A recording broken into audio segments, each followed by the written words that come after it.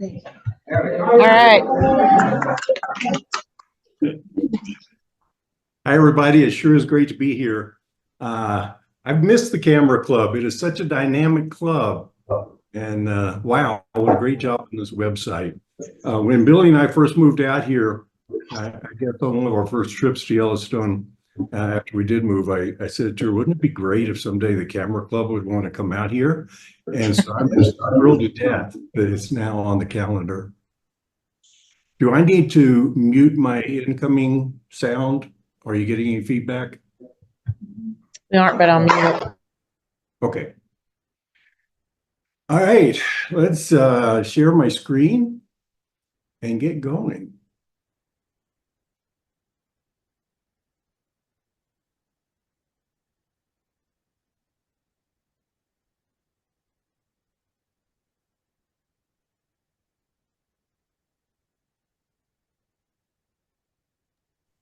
We're getting it right. Okay, I'm going to get that. Always forget to click this button to get it started.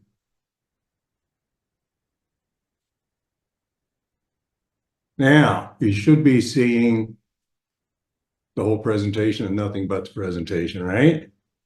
No, we're still getting. We saw it before, and now we're seeing the presenter screen.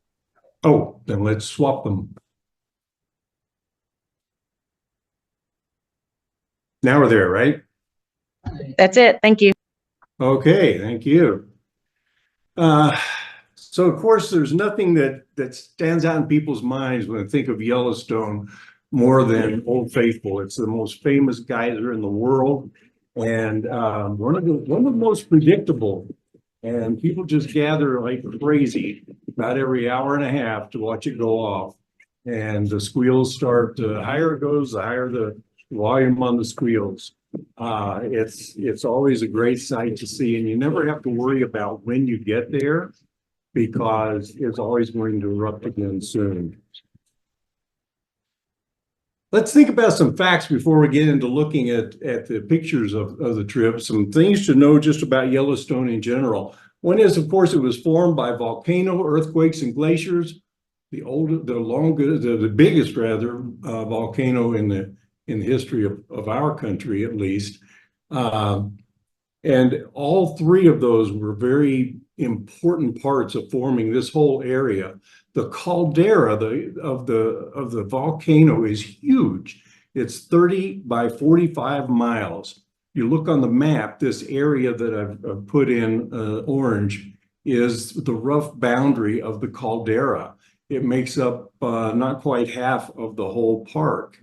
And at one time it was a caldera. Over time it collapsed and filled in so that now when you're in it, you don't know you're in a caldera. But it is still an active thermal area, which is why we have all of the thermal activity that we do in Yellowstone. It could erupt again, but scientists are really pretty sure it's not going to happen anytime soon. Yellowstone is huge, 3,468 square miles. That's 2,221,766 acres. It has 370 miles of paved roads, not to mention the unpaved roads.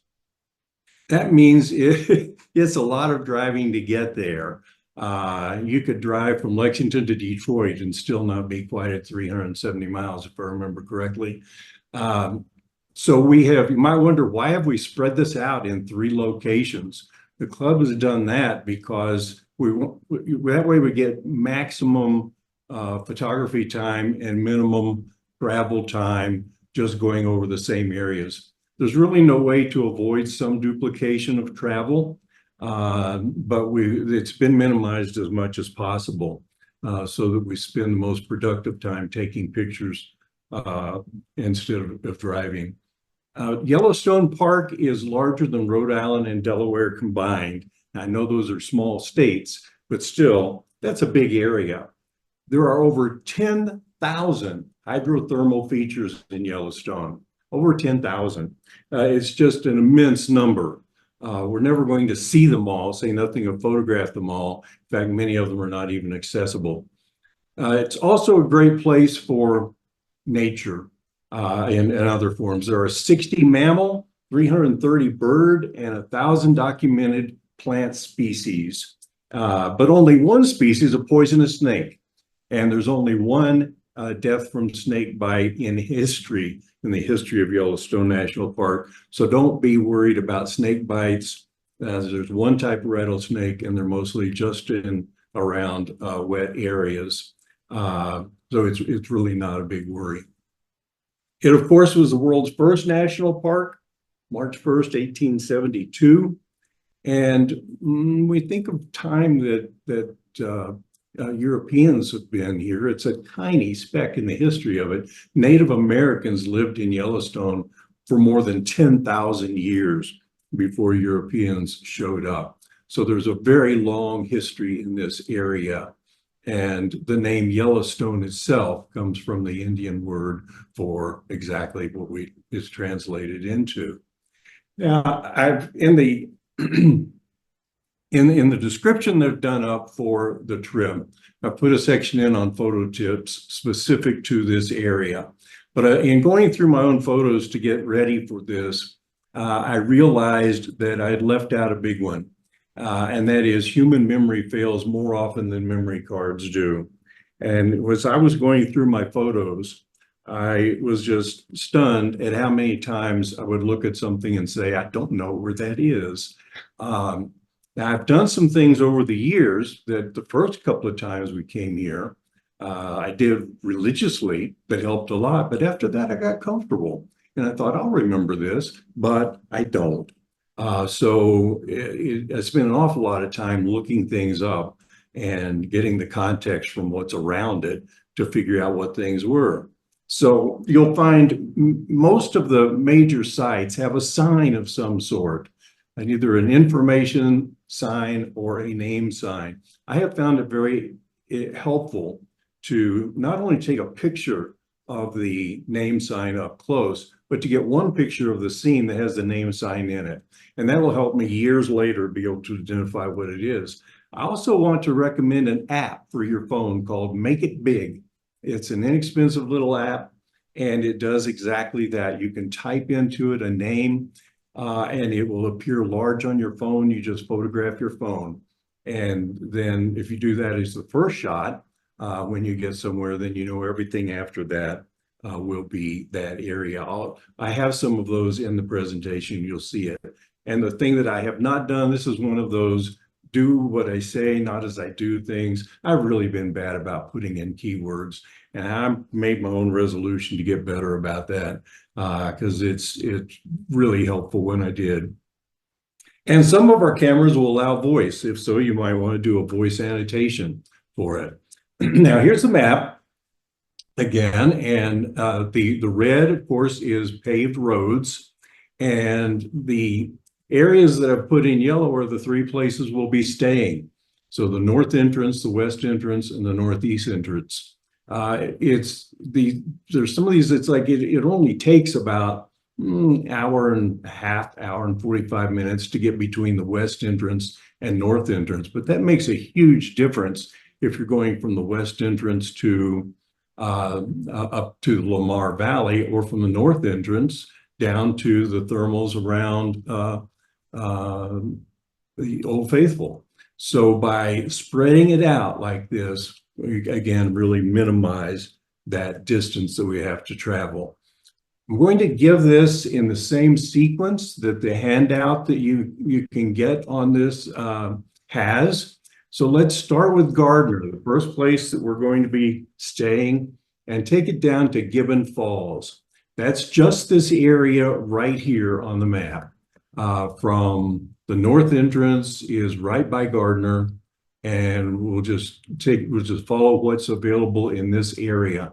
Now, there's not as many different things to see in this area as in some of the others, but some of them you'll want to spend a lot of time at. For example, the very first thing you'll come to is Mammoth Hot Springs. Mammoth Hot Springs is exactly what the name says. It is a very large hot spring. What we're looking at here is just one part of the bottom of the hot springs. And as the hot water comes down, it's heated by the thermals, by the lava that's laying down in the core of the earth, heats up the water and brings it to the surface, and with it comes all kinds of minerals. And as the water evaporates, it leaves the minerals. And then wherever water stands, different kinds of bacteria grow, and it creates all these different colors. So it's just a fascinating place to see. And if you really look at this, I mean, the areas on the bottom are very large, but you can go into any one area and do a close-up. And this, like I said, is just the bottom area. There's a path you can walk up through, a boardwalk path. There's a road you can take through the back. You could spend hours here photographing just this one spring and getting close-ups of different interesting scenes. I haven't done any of the ones in this presentation above that. I know many of you will want to do that. John Snell was telling me he plans to spend a lot of time here. I'm guessing we're going to see some great photos from each other when you get back from the trip. As you head on south from there, you're going to hit two waterfalls. Well, not hit, but we're going to see two waterfalls. The first one you come to is easy to miss. I've not seen a sign for it. And there's not a good place to pull over. You have to do the best you can on that. And that is Rustic Falls, but it's a nice little falls, worth seeing. You'll see it on the left. It's the kind of park you not only cannot drive fast in, you don't want to drive fast in. There's too many things you may miss if you do. A little further south at a pull-off is an area that, as far as I know, is unnamed. I know a number of you have been to the park many times, and if somebody knows a name for this, I'd welcome hearing it. I don't recall there being any sign for it at all. There's just a rest area. So on your right, as you go down, you'll see several rest areas that are right by, or picnic areas that are right by the river. Pull over at each one and just take a peek. Across the river, you'll see this. And it's just where water is constantly running into the river, hot water, and it's forming this little dome and the colors as it goes. I've always liked it. Now, here's the little app I was talking about. Make it big. And so I just put in the name of the spring, Barrel Spring, and then I'll always know what that is. Now, there's just this one little spring there. It's not very large. It's maybe, I don't know, 20, 25 feet long. And on this particular day, it was nice and clear in the air. There are days, if it's really cold outside, there will be so much steam that it's sometimes hard to see the water. So you want to look at this for different times of day. But I would say don't steer away from it if it's below freezing, because I think you get some of the most interesting formations here when it's freezing. The steam will freeze on the trees around it, and you get these great photo opportunities with those. So if it's freezing and it's too steamy to really see the water, stop anyway and take a look at these evergreens.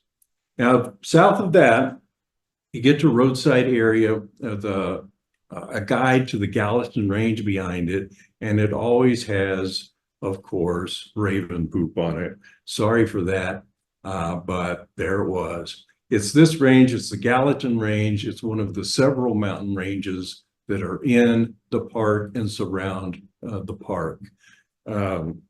Just south of that, though, a little further, is Swan Lake. It's just the beginning of Swan Lake back there, and Swan Lake is named because, of course, there are swans there. I've never seen more than one mated pair at a time. And one of the reasons that trumpeter swans will stay in Yellowstone year-round is because of the warm water. There is enough thermal water coming into these bodies to keep the water pleasant. Even though it will still freeze, as you can see, it will keep it pleasant, and the trumpeters will stay around. And when you stop there, do watch the signs, though. So if they are on the nest, there's a sign asking you not to walk back the trail. If they're not on the nest, then you can go ahead and walk back. Now, one of the areas that people like a lot on this trip, this part of the trip, is Paint Pot. The paint pots, though, change constantly because of changes in the underground water. And that all is dependent on what kind of rainfall and what kind of snowfall there's been in the year before.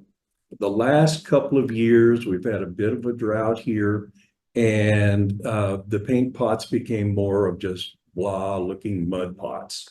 So they haven't been as interesting recently, but I would not pass them up because next year it could be completely different. But when there is color in it, it extends over a good area, and you'll see pots of mud with different colors.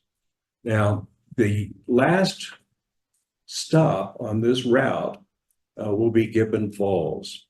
It is all of the waterfalls in Yellowstone, or most of them, not all of them. Most of the waterfalls in Yellowstone are in canyons. And so you've got the problem of managing the light. Here it was in good sun, but of course in good sun, you can get really harsh conditions for the water, but you get good color in the rock on one side, but unfortunately you get deep shadows on the other side. And that's something that John has talked about in his presentations about waterfalls. And one of the tips I gave you is, for the most part, leave your, in the print document, is for the most part, leave your circular polarizer in your bag. You will almost never want to use it to darken the sky out here. The sky is, the humidity is very low, and that makes for very little diffraction. And the sky is usually an intense blue. And if you use a polarizer, it can make it gaudy looking. But this is one place where a circular polarizer can help, because if you've got the sun on this water, you tend to get a lot of reflection. In the same place, here's a shot when it's shady. And of course, the rock just has no life. Here we got color in the rock, no color here. It's just, you get what you get when you stop at these falls. But I would say, if you drive past it, stop at it more than once, because it will be different each time. So let's go back to Gardner now. I've done this drive first, but there's no sequence suggested here. This is the Gardner down to Fishing Bridge area, but you could do this first, you could do it the other one first. It doesn't matter. Sequence really doesn't matter at all on these. It's just two different trips, and generally too much to do in one day. But this is a long drive, as you can see, and you may in fact not want to do the last part of this. And if you don't, that's okay, because we're going to approach it from the other end later. So you may just want to go as far as the canyon, which would be right here where it says Artist Point and Inspiration Point. But let's take a look at what there is along the way here. First is Undying Falls. You'll get to this fairly quickly. It will be on your left. You'll hear it. And I love this falls. I think it's got real character, and it often has better light than some of the other falls. It's relatively tall, and there's rapids underneath it. So this is, on this one, I've zoomed in to it. But if you look at these, they're the exact same falls, just zoomed out further so that you get some of the rapids below it. Now, I've put two side by side because I wanted to note the difference that just a month or so can make. The picture on the left was taken in early April, and things had not yet greened up. So if you look at this upper left-hand part, it's pretty drab looking, and even down by the water, there's no real green. Whereas the one on the right, we've got green up here, and this was just about 6 weeks later. So timing can make a real difference here. This one is taken much closer to the time that we will be there. So it's a good chance that the images will look more like this. The one on the left, obviously, I took just with the without a filter, without a tripod, just as slow as shutter speed as I could hand hold. This one is with the neutral density, and and tripod. So of course it changes the character of the water, but I don't think it affected the colors around it. Now this area from about this point on until you get into the middle of Dunraven, and then again after the canyon, is a good place for black bears. You might see those. I meant to note at the beginning, I'm not going to include a lot of pictures of animals. I know Ned has done a whole presentation on animals, and he really sort of focuses on that. While I do love photographing the animals, I probably focus more on the scenery. So in this, I'll give more of the scenery, knowing that Ned has covered that, the rest of that very well. Now, these rock pinnacles are on the drive when you pass Rockefeller intersection and head on to Dunraven Pass. You will pass these pinnacles. And these rock pinnacles or towers are the source of the name for waterfall. It's easy enough, it's Tower Falls. And Tower Falls is another lovely falls. It's got a long drop. And on the one on the left, obviously I've zoomed in more, but I wanted to have one that included the pinnacles, the towers. So the one on the right does that. You have such an opportunity to break these things up and take multiple images. All around that are these pinnacles, and up in this upper area, we get a whole different formation, which I believe that's obsidian, if I'm not mistaken, and it is an interesting area as well. When you come out of Dunraven Pass, you will be at the Yellowstone Canyon and Yellowstone Falls. Now, this is, of course, where Yellowstone gets its name, from the rocks in this canyon. Because if the sun is hitting them right, as you can see in the photo here, they have a yellowish color. In places they're red, but the yellow stands out. This is the lower falls at the back. And I've got several photos of the lower falls because I want to make a point about this, and that is you can walk all around this area and just keep shooting over and over again, and it looks different every time. There's a lot of different viewing points, and I would say go to them all. It's here. You'll be there. It's not a long area. Good parking lot, good restrooms there, and just explore the area, and you'll get lots of different photo opportunities, as well as the canyon itself. You can see that why they call it Inspiration Point and Artist Point, because it has in fact been the inspiration for so many painters and photographers coming here because of the great colors that you get in it. From that side, from the south side, you cannot see the upper falls, but if you go to the north side, you can see the upper falls and still get views of the lower falls as well. Now, what I've done here, and I'm going to get to, you see the yellow part here. I'm going to get to that later. I'm going to actually approach it from this side. And from now, you can do either. It's like, this is a decision point here. When you get to this point, you can either head on down along Yellowstone River, down as far as Fishing Bridge if you want. And I'll show you later, there's a good place for grizzly bears out here. Or you can start back.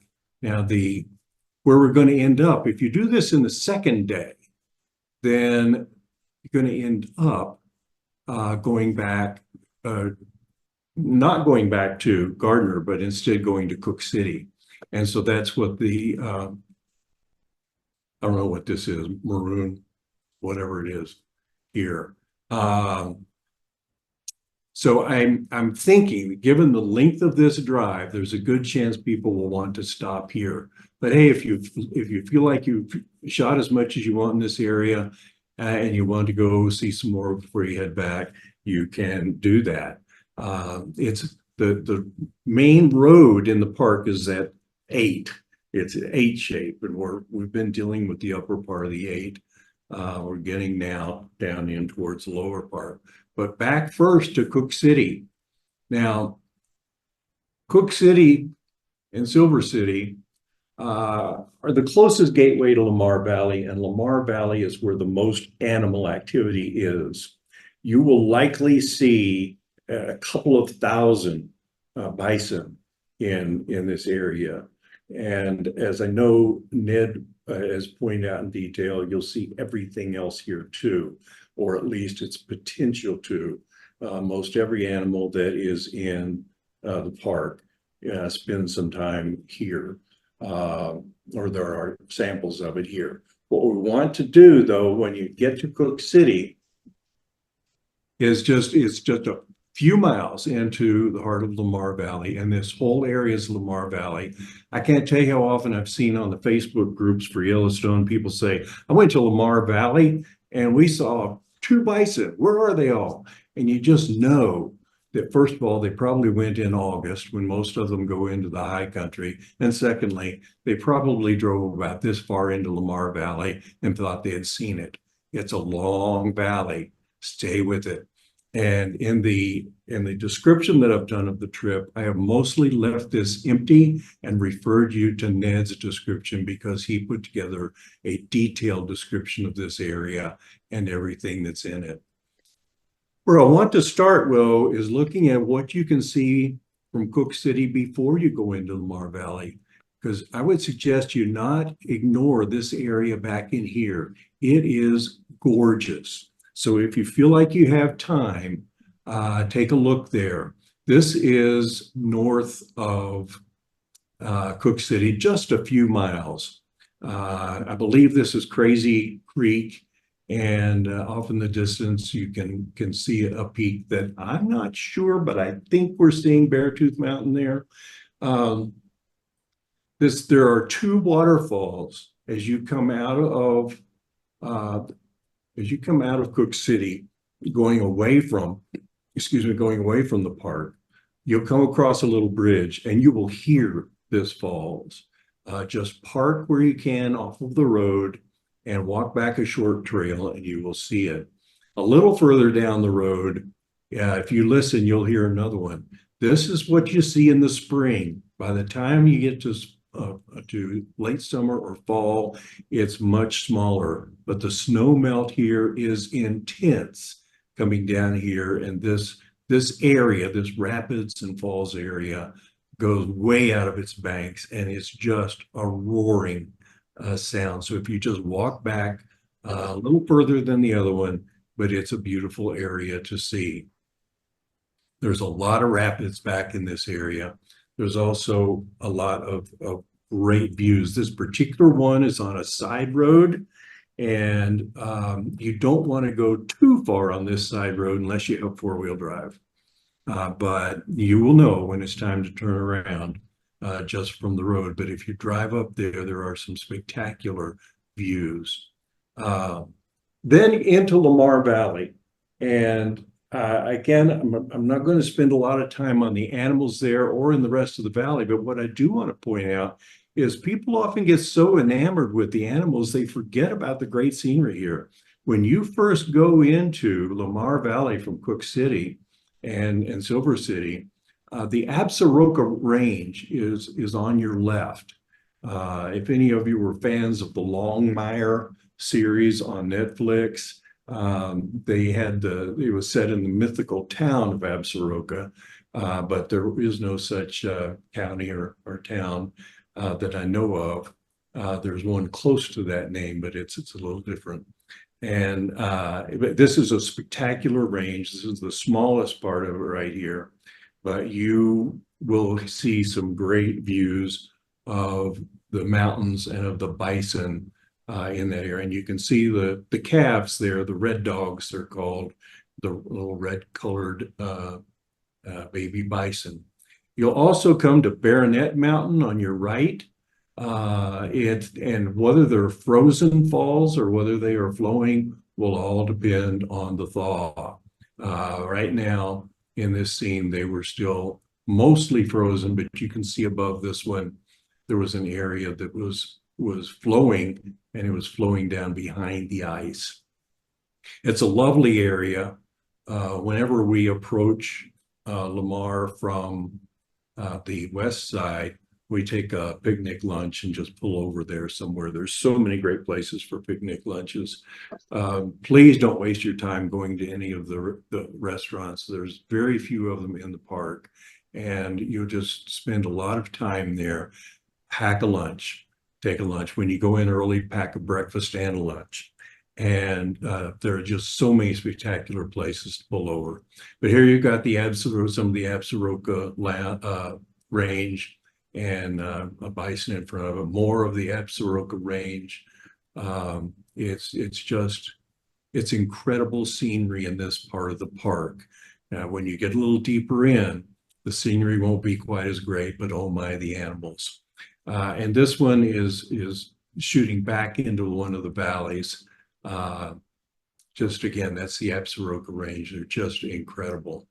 I'm going to have just a few bison images here, in spite of what I said. Just watch when you get around the water. It's always an interesting thing to see the bison crossing the water. Watch for the babies.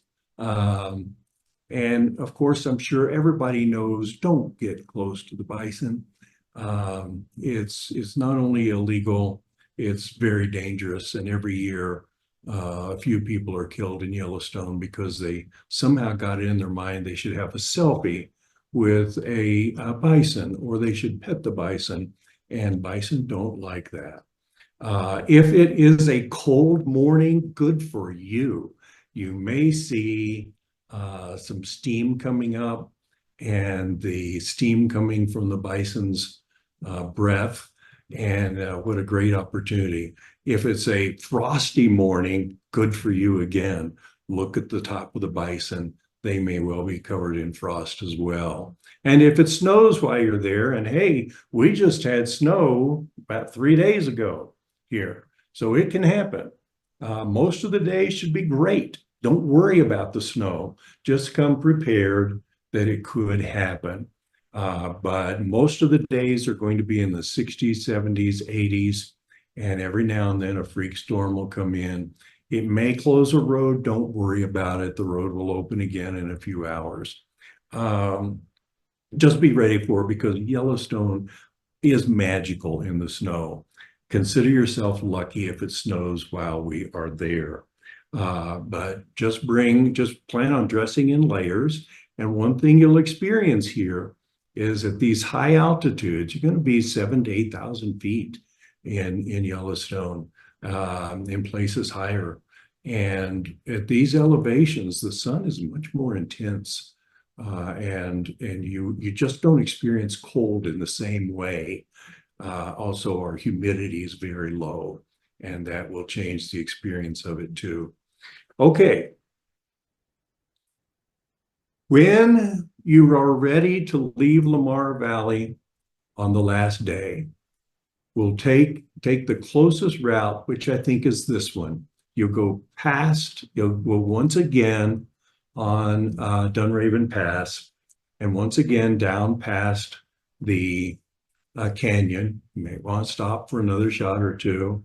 Go on across this path right here, this road. I think this is the most boring road in Yellowstone.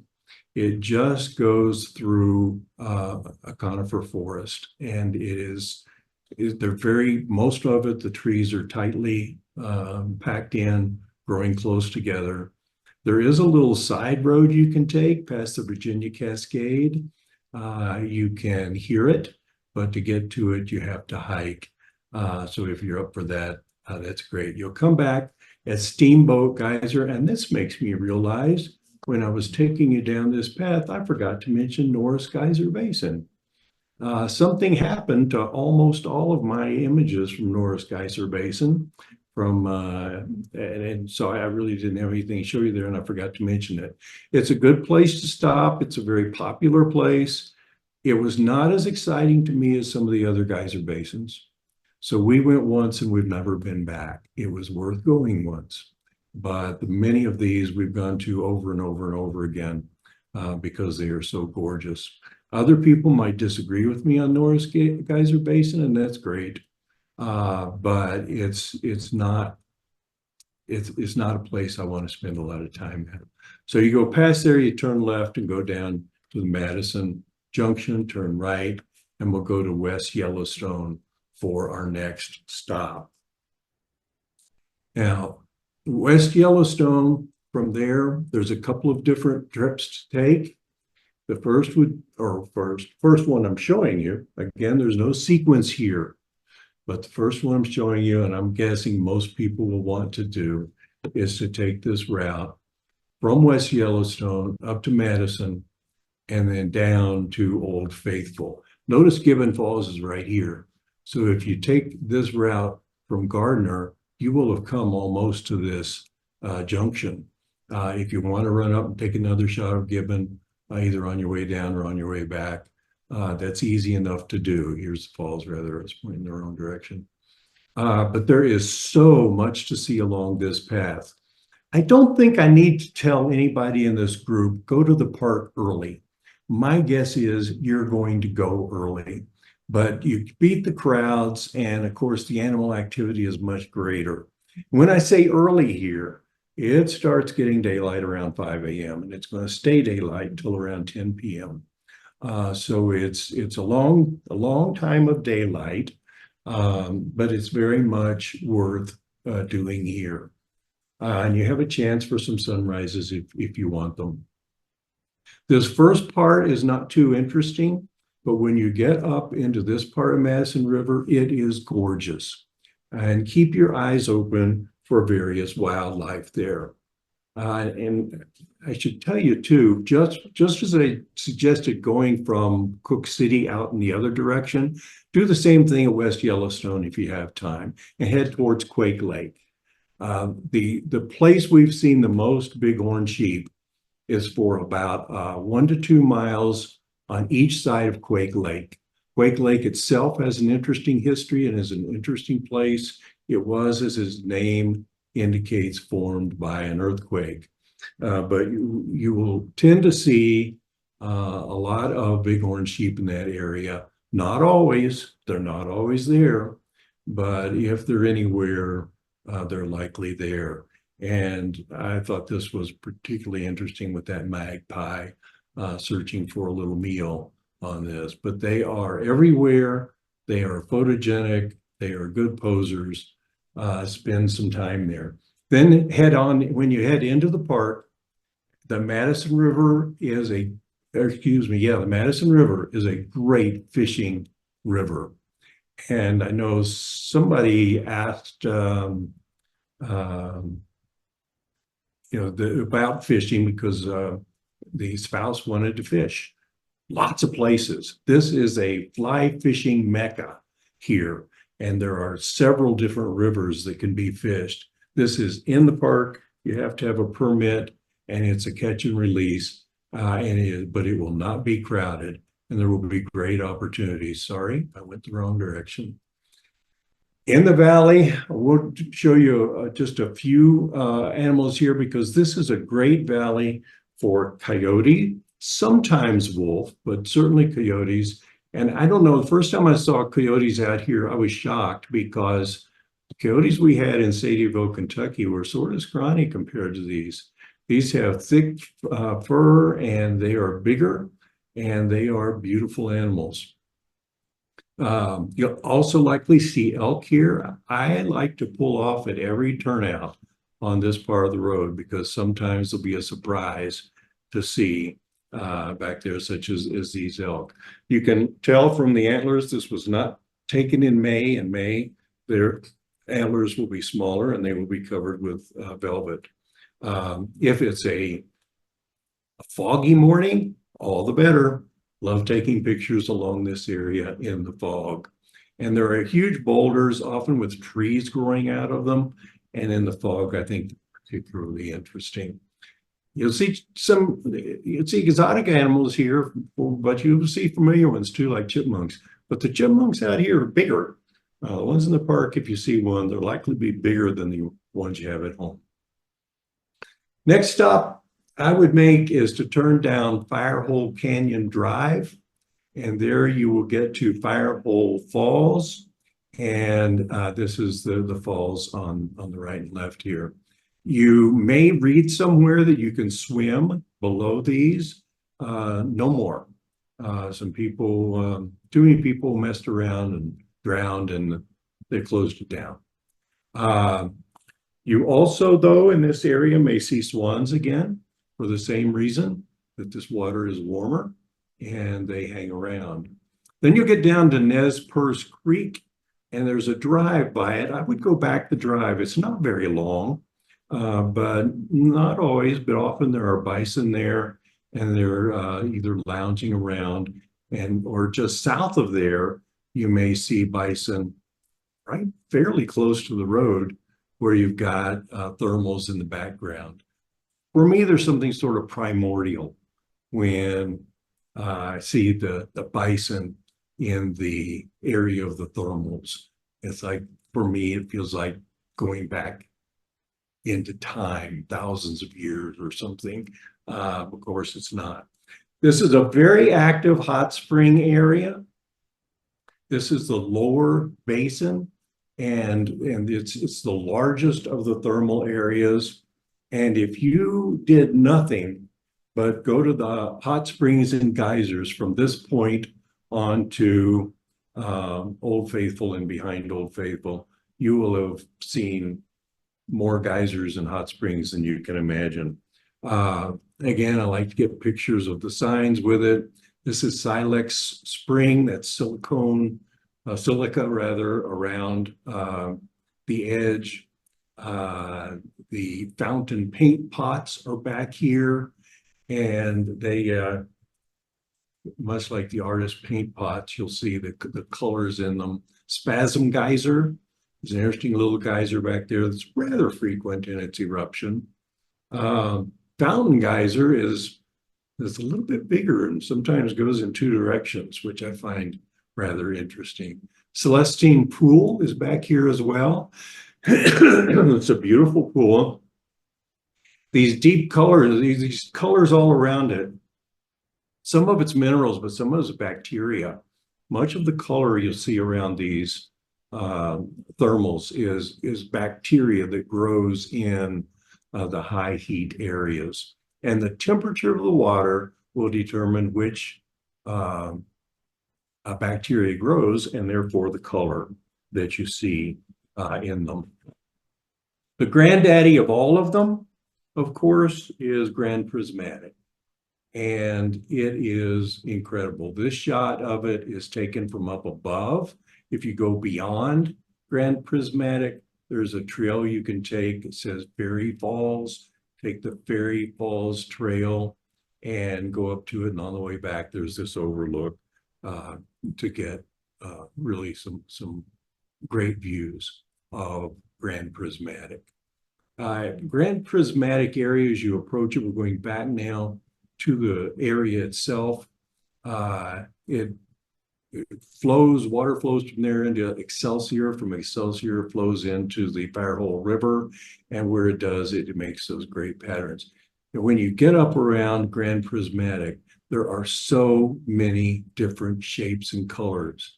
You can just break this thing down into areas and photograph and photograph and photograph. You'll notice the signs don't mark the bacterial mats. You know how some people want to carve their initials in anything. You will see bison tracks. They're allowed. We're not. We cannot step off of the walkways, the wooden walkways. People get arrested for that. Yellowstone is the only national park that has its own jail, and they do arrest people when they're violating the rules. It's also not only against the rules, it is foolish to try to touch the water. Much of that water coming up is boiling. So if you probably would not stick your hand into a boiling pot of water on the stove. Same thing here. Once again, Grand Prismatic, and it doesn't even look like the same place, right? Just go as you walk around, you'll see different angles, different looks, and opportunities to take all kinds. Now, the next stop down that I would make would be Black Sand Basin. This is a really underappreciated part of the park, I think. This little, it's a small area. It's easy to walk back and see the whole thing.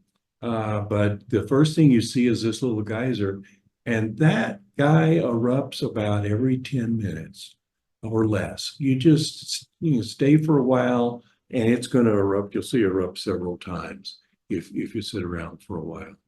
And the runoff areas into the water are great. Here it is, same geyser from a little different angle. And then across the road is an area called Great Fountain Geyser. And it is, without a doubt, my favorite of the geysers. I like it better than Old Faithful. And it's a place where if you are lucky, a few times a year, you have a chance to see the geyser erupt at sunset. And there's a little app you can get on the geysers that will tell you approximate times of when they will erupt. This one only erupts a couple of times a day. And so it's not real easy to catch it at the right time because it's not in set patterns. So it's constantly shifting when it will happen. And we happened to be there at the right time a couple of years ago and were able to get sunset pictures behind it. Again, it's my favorite. Further back there is a little pink cone geyser that erupts with some frequency as well. It's also an area where bears are. I want to point out something else though about this. It used to be you could drive back there, but these thermal areas are unstable and that road started collapsing. And now you can walk back. It's safe enough to walk, but you can no longer drive back. But to me, it's worth the hike back if you can do it. You're likely to see bear in this area from here on to Old Faithful. You're likely to see bear. This guy was walking right by the road. In fact, you can see he's wet. He initially came into sight on the other side of the river, crossed the river, and came up right by the road and walked along the road for a while. So this is just taken from the truck window. Again, you have a chance to see bison with the thermals in the background. On this particular bear, I'm including it because there's actually two bears there. They were mating. And when grizzlies mate, when the female is ready to mate, she often just lays on her back and shows that she's ready. And they may mate numerous times. This one, there was a ranger there keeping people away, keeping everybody safe. And he said that they had been mating over and over again for 2 hours at that point. And this is, I think, his celebration after one of them. Goodness sakes, how did that get in there? Let's not go back to Gibbon Falls. Old Faithful, of course, is the big draw for everybody here, but don't let your trip stop there. There are several different routes you can take depending on how much you want to and can walk. There is a fairly short one, and then there are a lot of longer ones. And you could spend an entire day photographing this basin. There are so many different things to see, so many different thermals and geysers. When it erupts, though, it's about every 90 minutes, and they put the times there to tell you. Okay, let's head back to West Yellowstone for the night. And the next opportunity would be to go West Yellowstone to the Cody turnoff. This is the one, remember I said right here is a decision point when you're coming down this way. You can go here or we can go from here.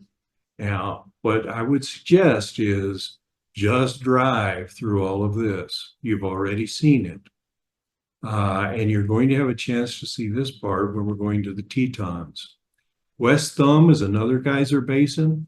It's fine. There's some lovely places there, but you will have already seen so many If you're like me, I choose to pass that by most of the time because I want to get onto this part, which is really, I think, a beautiful part of the park. You have to go through another forest here, and then you'll get up to the lake.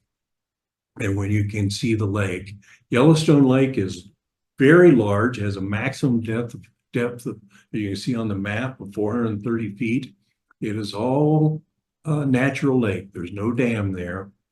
It is fed by many springs and by melt from the snow coming into the mountains. And it is the headwaters for the Yellowstone River.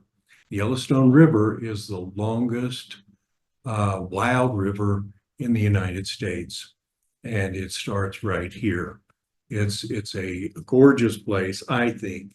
Now, I've included this because one, it's this time of year. It's the time of year that we're going, and you can see the velvet on the antlers, and the antlers aren't quite full size yet.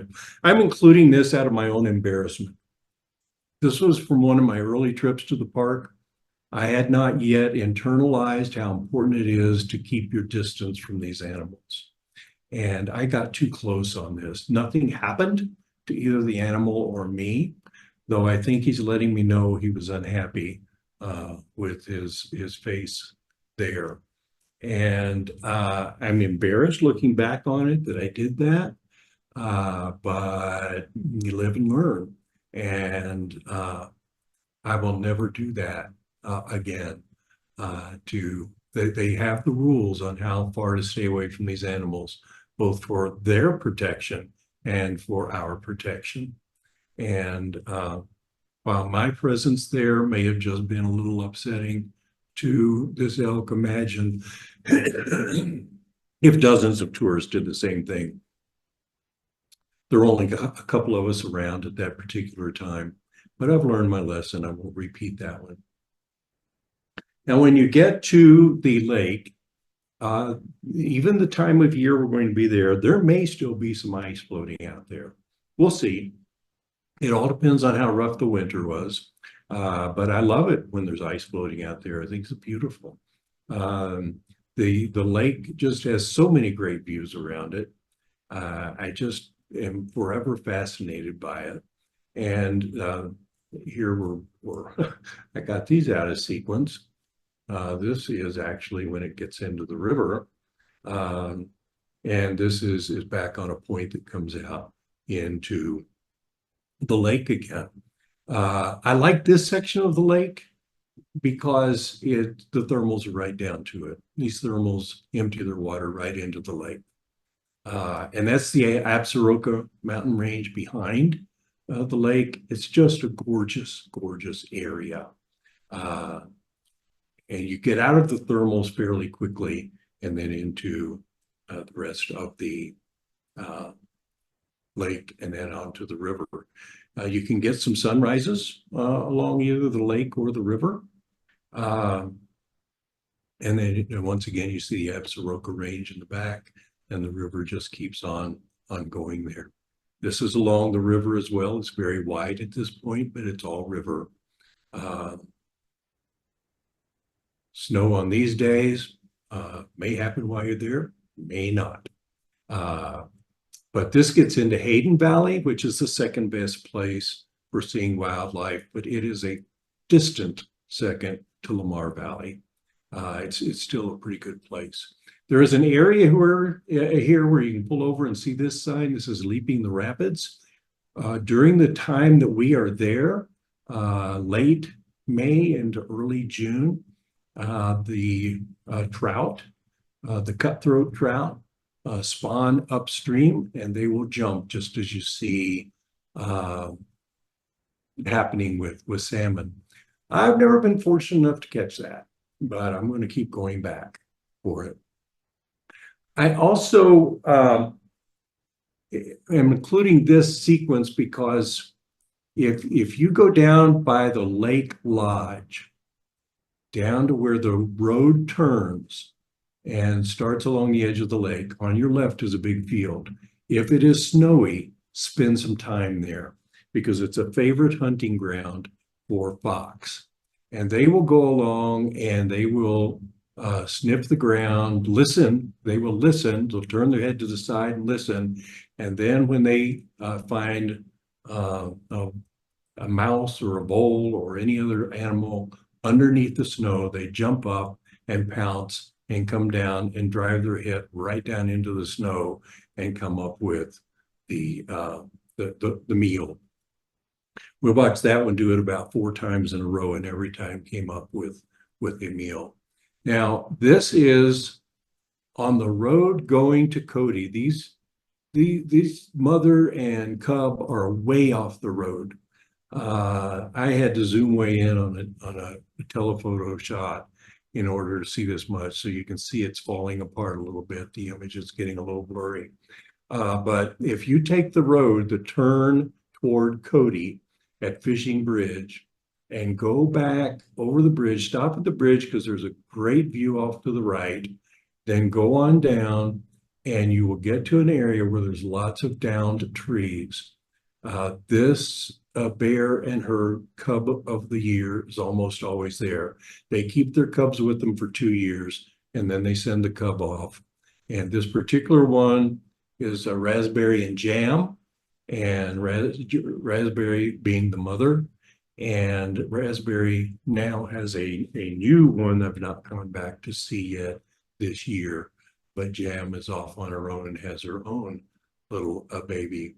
Again, follow the river. This is through Hayden Valley. If it's snowing, if there's been snow, how wonderful. If there's not, it's wonderful anyway. This is the same shot with and without snow, the same area. I think it's beautiful either way.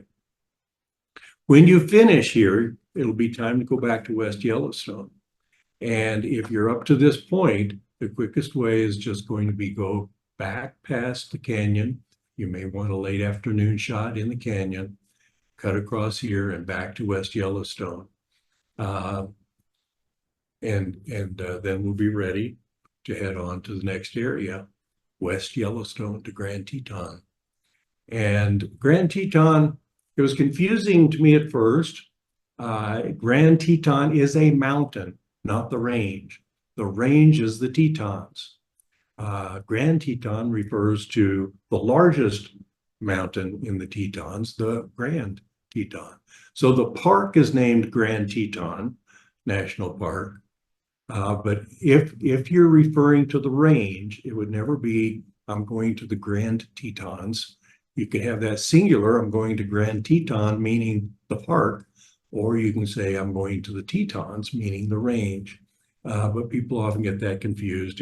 If you're the kind of person who likes to get that straight, that's the difference. On the way, after you pass Old Faithful, there's a chance to see some things we haven't seen before. This little lake is roadside, and on this particular day, it had just snowed. You can see it's very overcast skies. The light was awful, but the view was tremendous. And you get to Kepler Cascades.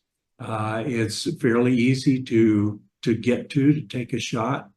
It's off the road on the right, and it's, I think, a lovely cascade with falls at the end.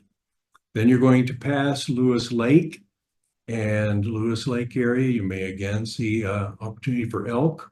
Going to get down here to Lewis Falls, and it used to be really hard to get to this area. It's still hard to get a shot where everything is just right light-wise.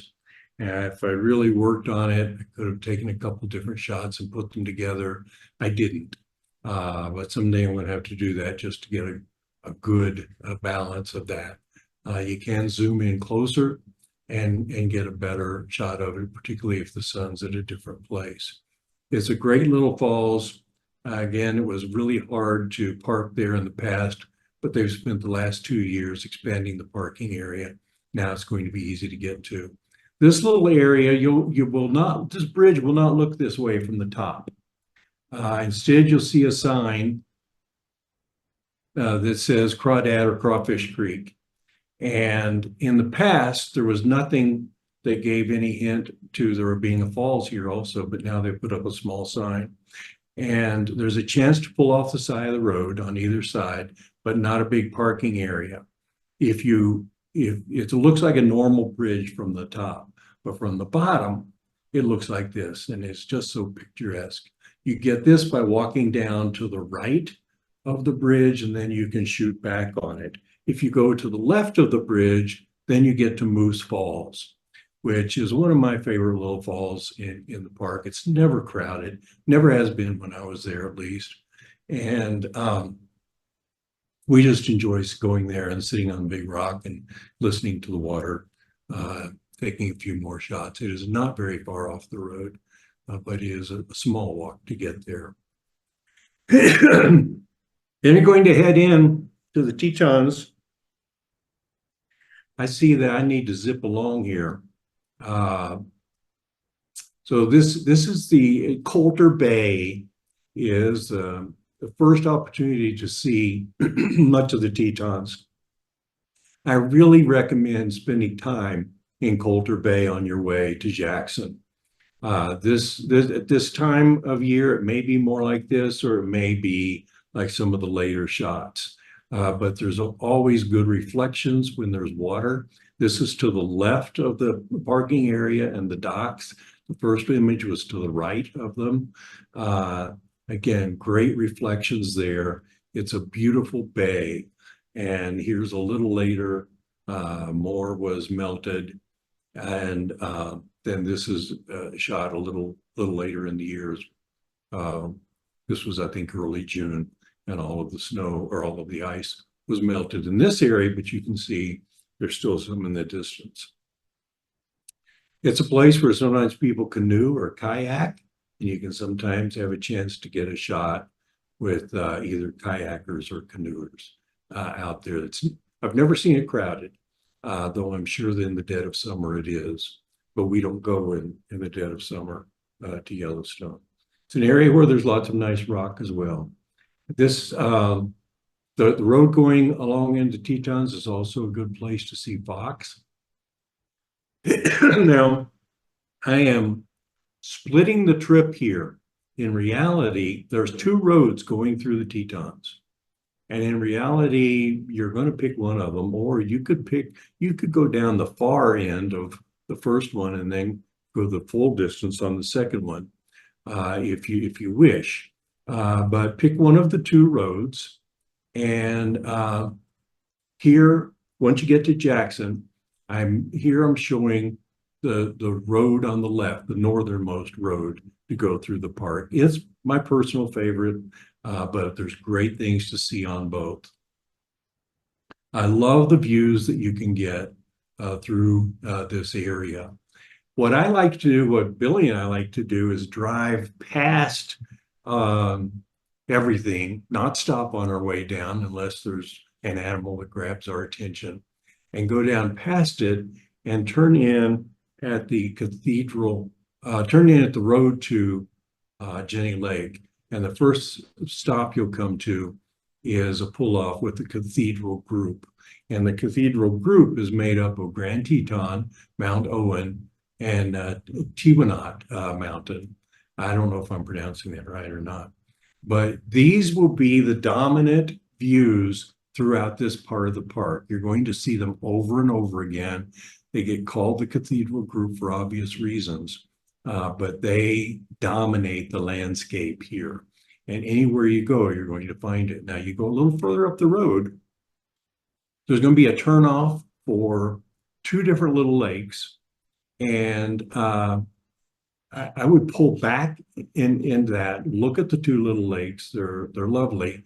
And this is the area where the lakes begin to empty and to form Jenny Lake. And explore that. North of it, you can see views like this coming from it.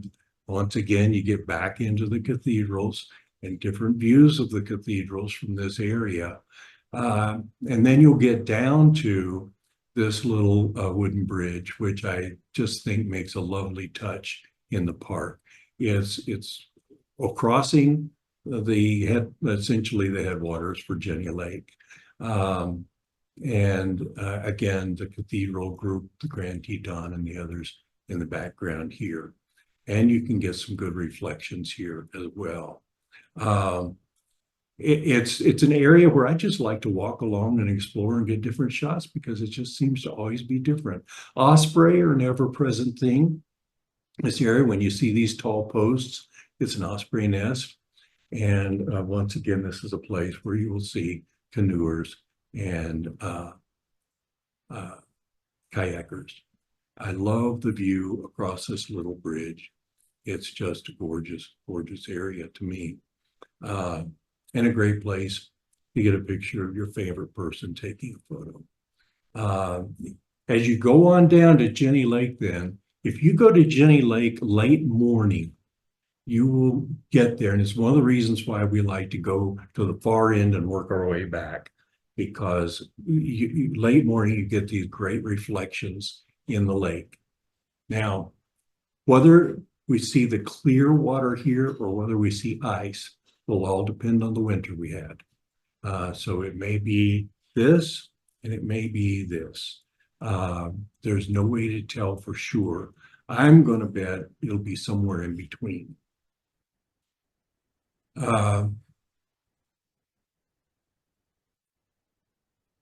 This is a falls that you can get to from across Jenny Lake. There's a boat you can take across Jenny Lake and then hike up to Inspiration Point, and on the way you pass Secret Falls. You can also hike around the lake and get there as well if you're more inclined to hiking. Once you get back to Jackson, though, by the way, Jackson has numerous great galleries and 3 or 4 different photographic galleries. There's great places for a photographer to explore. Now, if you take the southern route, the 191, I know you've seen pictures of these barns.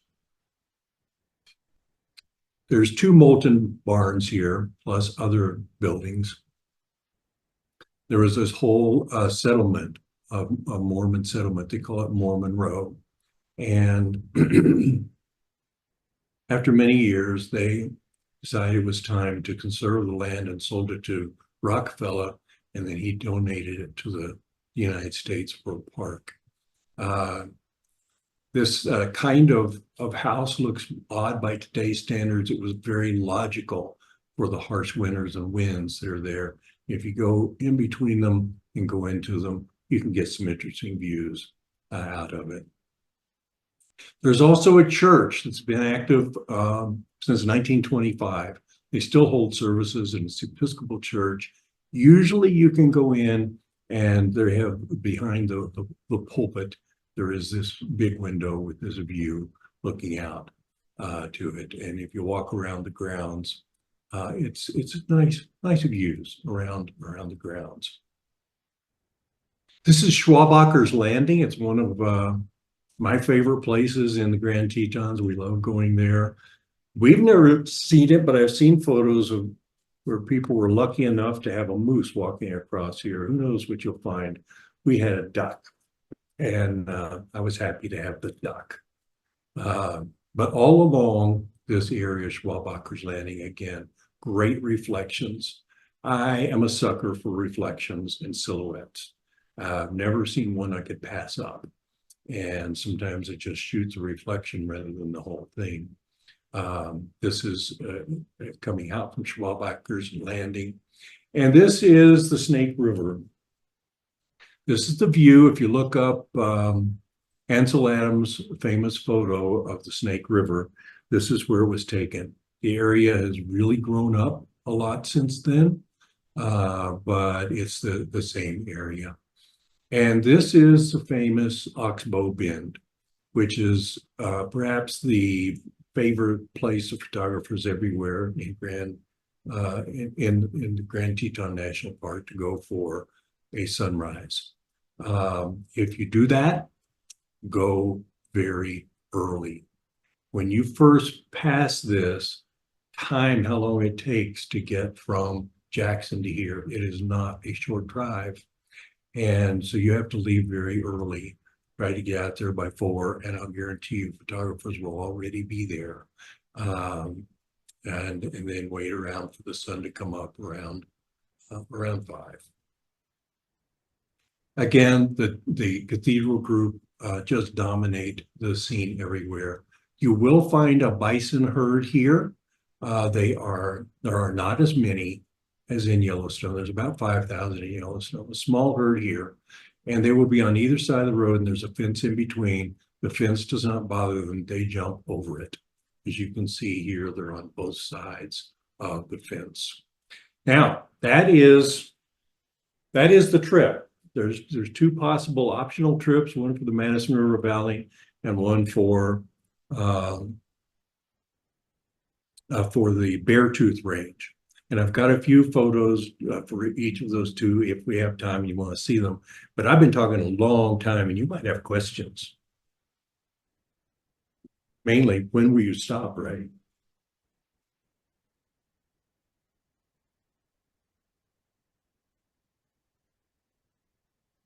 Any questions?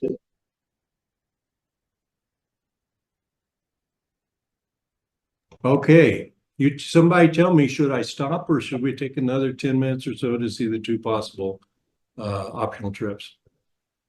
See the others? See the others. See Keep the going. other. Okay. I tell you, there's nothing like showing photos to a group of photographers, you know? Okay, when you get the handout, the first one will be the Madison River Valley. Now, this is where we live. And this is, in fact, a shot from our porch. And I show it not just to share our view with you, though I do love sharing that view. Those of you who are with me on Facebook know that. Billy and I both post frequently. But this is sort of typical of what you see in the Madison River Valley. It's a very long valley. Just from our house, we can see when you look into the valley, we can see over 100 miles north to south and over 30 miles east to west. It's hard to get your mind around how big these valleys are. The furthest mountains we see are in Idaho, the Centennials, and there's what's going to pop up in just about 2 seconds here on the, nope, it stopped first, but they are down in that other direction. So just coming to this valley for the views is pretty amazing. If there are areas, though, you can drive back into, and if anyone is taking this, it can be either a pre-trip or a post-trip option. If anyone is taking this, I will give you more detailed descriptions of where to go. And hey, if you catch us at a good time, Billy and I will be your guides. This is a side road you can take that leads back into this wonderful little valley. On the way, you pass two beautiful mountain lakes, natural mountain lakes. They are gorgeous. And I just love this little valley and the view of this little creek going along. There's also an area going from Ennis to Virginia City where you can stop at the top of the mountain, drive down the ridge through a ranch. And here it's a public access road, but it goes through a ranch. And this is the view from up there. Unfortunately, when this was taken, we were beginning to get a little wildfire smoke, so it's a little hazy. For perspective, the area I was showing you from our house is right in through here. If you went on the other side of that, it would be the area that we're in. So it's a huge view, huge valley. This is one of the other mountain lakes. I think this is not as beautiful as the ones that I mentioned earlier. But if you drive back this same road, you ultimately come to this road. If you go out towards Virginia City, we have wild horses that are usually visible there. All along the Madison River, going from Ennis to, or actually from Norris to Bozeman, you will see lots of white pelicans. Again, the views are sort of knock your socks off views. We also have here, we have Ghost Town, and there is a day trip you can take from here through a tremendous valley that in the spring is just gorgeous. It's a huge loop, and it takes the whole day, but wow, it is really worth it. So there's a lot of great views there. The Beartooth Highway, I think, is one of the most stunning drives in America. Certainly, one of the most stunning I've seen. To me, it rivals going to the Sun Road in Glacier. It is a gorgeous trip. There are rows and rows and valleys and mountains, and there's mountain goats up there. Those are mountain goats in the foreground, and there they are closer, mom and a baby. So we have both mountain goats and bighorn sheep. You'll see a lot of naturally formed lakes up there.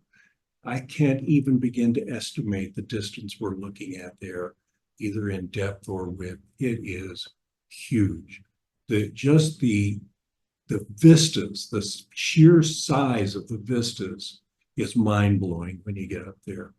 I wish there was a way a photograph could convey the immensity of it, but of course we can't. But it is tremendously large. This is the Beartooth Mountain, after which the road is named. And it's just, again, valleys, mountains everywhere, snow everywhere. I guarantee if you take this trip, you will see snow. Hopefully not on the road, but certainly by the road. This road closed for a day last week when we got a big snow, but they had it open again very quickly. There's even an area there where all summer long people ski. They pull them up on a rope and or they hike up and then they come back down. Here in the distance, you can see the Beartooth Mountain. Again, incredibly large views.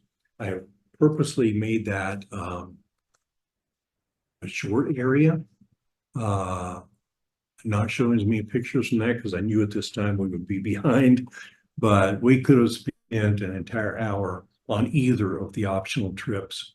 The Beartooth option can only be after, because the road doesn't open until Memorial Day. On my end, I'm frozen. Are you seeing me? Am I coming through? You look frozen to us too, but we can hear you. Okay, as long as you can hear, that's all that counts. I'll stop the video and restart it. Who knows if it'll work or not. You won't even let me do that.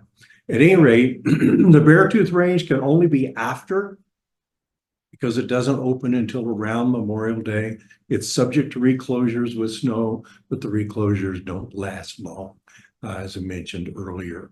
The Madison Valley option can be either before or after. And excuse me, you can drive through the Beartooth Range in a day, and it's not even a long day. I would not advise going in until about 10 o'clock because the shadows are too deep. You'll get your best light from about 10 till 3, and then it starts falling off because of the deep, deep shadows. On the other side of it is a little town called Red Lodge. We love to stay in Red Lodge. It's a cute little town. And beyond it is a whole other area we're seeing, Rosebud Creek. And anyone who's doing this, if you want to also build in a day for Rosebud Creek area, it sort of takes you out on the back end of the Beartooth Highway.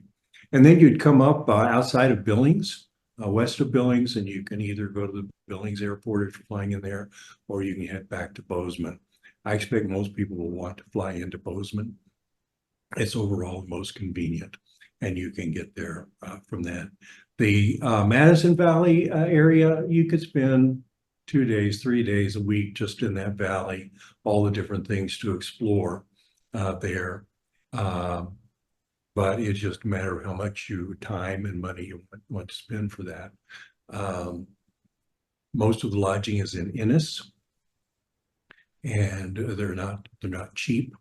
It's a big fishing area. The town makes much of its money on people coming in to fly fish.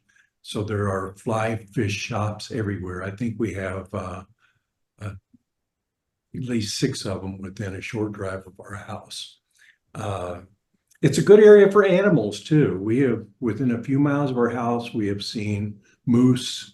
We see elk, lots of elk in the winter, sometimes in the spring. You'll see lots of pronghorn antelope. And goodness, lots of other things. Well, eagles, lots of eagles, osprey. You'll see a lot of great stuff. In fact, most days, once or twice a day, we see a bald eagle fly right by our window. There's a fair number of them here. So there's a lot to see in those optional trips if you can make either of them. However long you can do, I hope you are able to make this trip. It is a lifetime experience for a photographer. And if for those of you who may be traveling in a small group, like I know there are some of you that like to travel with friends. If they're good enough friends you share a room with, you would have to book it right away. But in Gardner, the Super 8 motel has 3 rooms that are L-shaped and have 3 queen-size beds. It's sort of perfect for a group of friends that travel together, don't mind sharing a room, but would prefer not to share a bed. But they go fast. And for all of the rooms, even if you aren't sure that you're going to go, but you think you might, book a room. You can always cancel it. Just get one where there's not a cancellation charge, as long as you do it far enough out. And otherwise, you may be up a creek because the rooms fill up fast out here. And once you get into late May, they start really filling up. You will want to stop on the way out. If you're coming into Bozeman, you could stop in Bozeman at any number of grocery stores. If you're coming into Gardner, you'll go through Livingston, and Livingston, you'll drive right past a couple of grocery stores, stock up on what you can. When you get to West Yellowstone, there'll be a couple of small grocery stores. You'll be fine restocking there, but you really will want to take breakfast and lunch into the park with you in most cases. Otherwise, you spend a lot of time in the lodge. So, one thing too, bear spray, it's always smart to carry it. We always carry it. We've never had to use it, but it's good to do. You cannot fly with it. If you want to buy some and you're a Costco member and flying into Bozeman, there's a Costco not far from the airport, and they have the cheapest bear spray of any place. So that's worth keeping in mind. There are also places that rent it, but then you have to turn it back into the same area. Oftentimes people are leaving, they give it away. Rather because they can't, like I say, they can't fly with it. So keep those things in mind as well. I think we have a few questions now, Ray. Good. Cindy, what was your question? Recommendations. Yeah, we have some stuff already on the website, right? That talks about the places we're going to stay, recommendations for, like, he was kind of following that trail as he talked through it. And so what, I didn't make any recommendations in terms of places to stay particularly. In West Yellowstone, there are 100 motels. That's right. There are 100 motels. The problem is in Gardner and Cook City. Gardner, there are maybe 10 or 20 motels, probably 10 or 15, would you say, Ray? And in Cook City, there are 2 or 3, and that's it. And the ones in Cook City, my mother-in-law would have described them as if you threw a cat in and go through the wall. They're not exactly high-end hotels. That's what you got to choose from. Or in Cook City. What did you say? So but it's what you got to choose from. Right, it's what you got to choose from. Now, there are VRBOs there, so if people want to get together, I'm sure you could come up with a place to stay in Cook City that would be like that. But in terms of the conventional motels, there are only like 2 or 3. And we were there 2 weeks ago, and one of them was still closed. So it will definitely be closed by the time of this trip. I assume this is Ned talking, is that right? Yes, that's Ned. Yes, Yes, and he really is the club expert on Lamar Valley and Cook City and even Gardner. Um, Really, he's been there far more times than I have, and so you want to rely on his guidance there. Don't in Cook City, don't count on Wi-Fi necessarily being there. Maybe it will, maybe it won't. And the same for cell service. Maybe you'll have it, maybe you won't. But what you was a place to stay that's close to Lamar. And it's cute. the advantage for Cook City is the Lamar is known as the Serengeti of North America. That's where the wildlife is. Yeah. And Cook City is, from Cook City to the Lamar Valley is probably about 20 or 30 minutes. Whereas from Gardner to the Lamar Valley is about an hour to an hour and a half. So if you're Exactly. getting up early in the morning to get wildlife, and that's when you want to go to see the wolves, for example. You got it with sunrise at 5 o'clock in the morning, but we were getting up at 4 o'clock in the morning every morning we were there for the time that we were there. And we never made it out for sunrise. We always had something along the way that we stopped for. That was when we were staying in Garden. Yeah, I think what Joe showed at the beginning, it had like on these dates, this is the area and you'd find the lodging there. On the next dates, you'd find lodging here if you're going to follow that path. And that's what he was kind of. The one there's thing some that I would say information. about Ray's presentation is he shows you going from Roosevelt Junction to Canyon over Mount Washburn and through Dunraven Pass. That road is rarely open before Memorial Day. So at the time that we're planning on being there, it probably will not be open. Now, it opened a week early this year, and it was open for 2 days, and then it was closed for 5. Okay, so, and if you're doing that if you can't make that trip between Roosevelt Junction and Canyon, it becomes very long to go from Gardner around 3/4 of the way of the top loop to get to Canyon. So when you're staying in Gardner, I think that the best plan would be Gardner, Lamar, I'm biased towards animals, Gardner to Roaring Mountain and Norris Geyser Basin and Madison Junction. That road that he showed us that trip that he showed us being north-south from Gardner. But again, my handout is, I got a little carried away. 35 pages. 35 pages. Okay, and it's got a table of contents and it's got an index in it. Now, the index is indexed only for wildlife, but it takes you on each segment of the road and it tells you what to look for. Now, where is your handout? How do we get it? Okay, the question was where's the handout? Yeah, there's a couple copies in the back so you can see what it is, but we're going to make it available. Like I said, you have your email address. We're going to send you the handout with the attachment. And you can either put it on your phone or print it off. So we might be able to put it on the website as the event somewhere. And too. anybody can feel free to email me and I will email them the document Okay. as well, however you want to do it. Couple copies in And the then- back if you want to see it. And Parham has recorded this as well, because having that map and showing kind of the path was very helpful for me too. Yeah. And then there was a question, Ray, about, oh, yeah, there's a question about, does Yellowstone ever require you to have chains when the snow is, or do you So need if them? Do you you're have to supposed have to have them? chains, the roads are closed.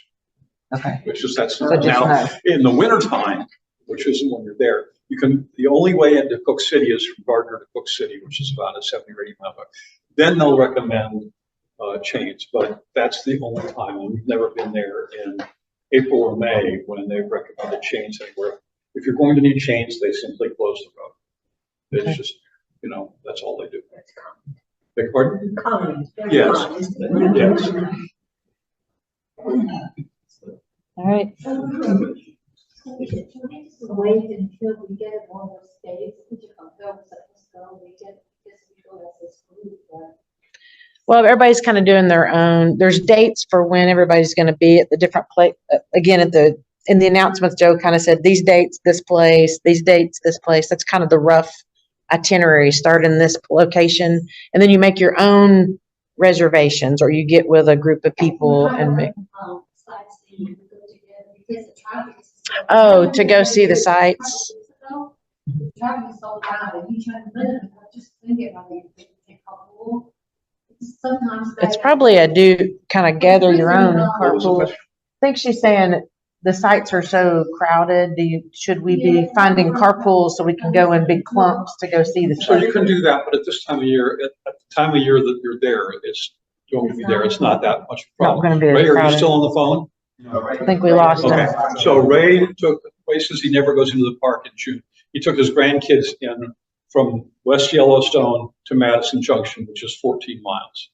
He said it took him 3.5 hours. Oh. That was last week. There were bison on the road, and then they were, people pull off to photograph the bison, and they're standing on the road and all that sort of stuff.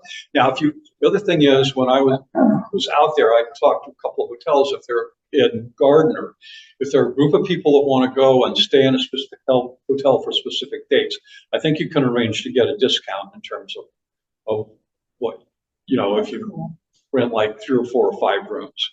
But the other thing is, I have looked in January, and the places that we wanted to stay in September were booked. So I agree with what Ray said. If you're thinking about going, find a place now and book it.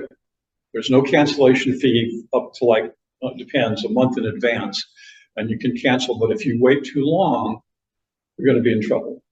In fact, we were looking at Yellowstone in September and March, and the place that I wanted to stay was booked already. And so that's like 6 or 7 months in advance. So Okay. be aware of that as a limiting factor. And I'll be glad to. This is my favorite place in the world to go. We've gone, if you were here for my presentation, we've gone 40 or 50 times. We go 2 weeks in September. We go 2 weeks in May. They know us at the hotel. That's right, they do. They know us at the hotel. We go for 2 weeks in May, June, and we go for 2 weeks in September, October. And we've been doing that for 15 or 20 years. So I know a lot of the places out there. I'll be glad to talk to you or correspond with you by email. Just let me know. Thank you. No, You're a wonderful person. thank you. Now, I'm not as much on Teton. Somebody here, when I gave my presentation, lived in Teton. Debbie Stayed in- Niehaus? Yeah. Okay, so I don't know that particularly well. Usually, so when we were there this past time, for 15 or 16 days, we spent 2 nights, 3 nights in Jackson, and that was it. So I don't know that particularly well. The scenery is spectacular. There's no doubt about it. But She helped with some of that planning, right? Did she have some of her pointers? She was involved in it somehow. I don't know. Okay. Yes, so when we were talking about the Yeah, dates, yeah. yes. About raise hand No, out yeah, or no. whatever. No. I remember dates, yes. There are plenty of places to eat in Jackson. There aren't very many places to eat in West. There are basically no places to eat in Gardner, and negative places to eat in Cook City and Silver.